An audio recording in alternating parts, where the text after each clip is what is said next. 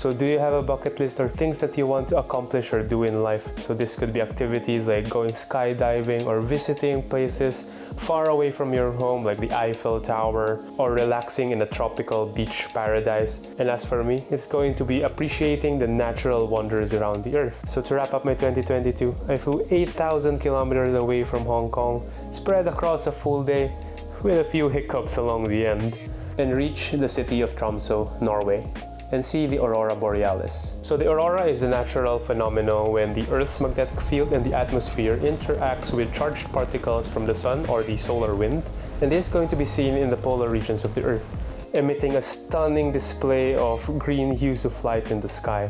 It's a very unpredictable natural phenomenon, but with modern day technology, it gets a little bit easier to spot where they're going to be. So to ease my burden in doing all the research and driving around in dark, snowy weather, and maximize my chances of seeing them, I booked a Northern Lights tours here in Tromso, Norway. We start off our adventure with the first tour provider, Chasing Lights, which I conveniently booked from TripAdvisor, and met up at the pickup point where we get briefed by the tour guide in the minibus about the agenda while we head off to some dark sites. We did a stopover on the side of the road after an hour and just appreciated a hazy sky with stars, with already a hint of the aurora. Not that impressive as it wasn't so perceivable and quite hazy, so we drove further out to the northeast where we decided it was time to park the bus.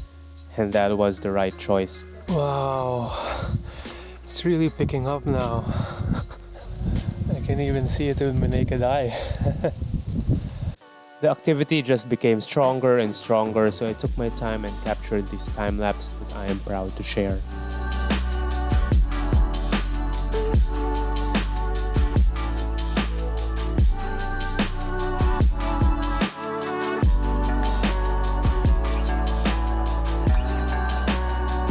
The guides then started up a campfire under the stunning aurora to serve us some warm meals and drinks.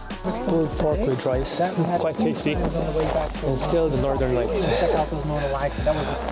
Very memorable evening. But the best part of the night, warm feet beside the fire.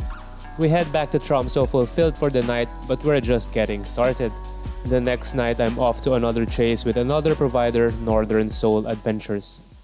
Second night of chasing the aurora, and I can see her again.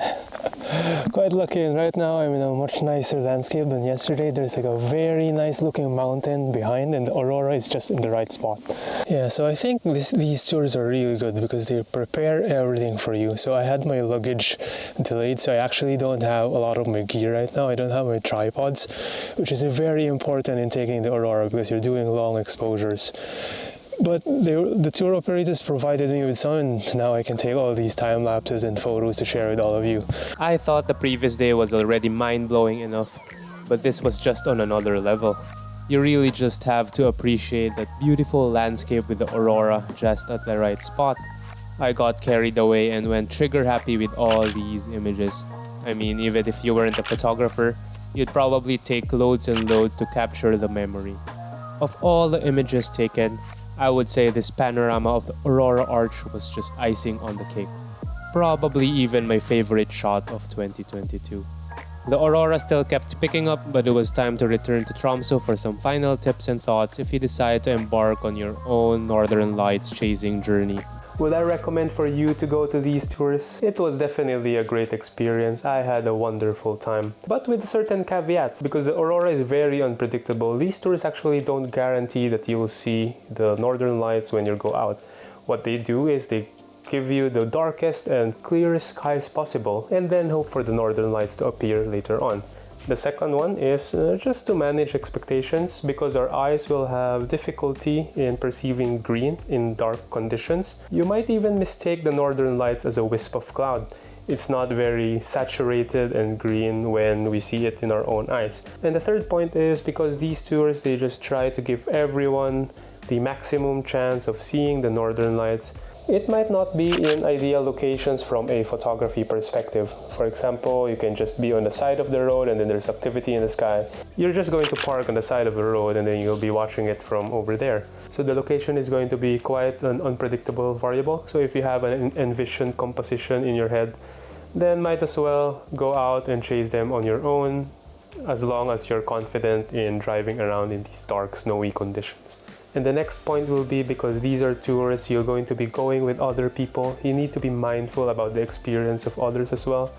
So you don't want to be taking too long when you're taking images. You're always going to be in a rush in these chases, so that's not going to be the most ideal of conditions when you're out doing photography. But other than that, I've had a wonderful time. I've met a lot of friends from these tours, already feeling fulfilled. So yeah, that wraps up the chase, and thanks for watching, and see you again in the next video.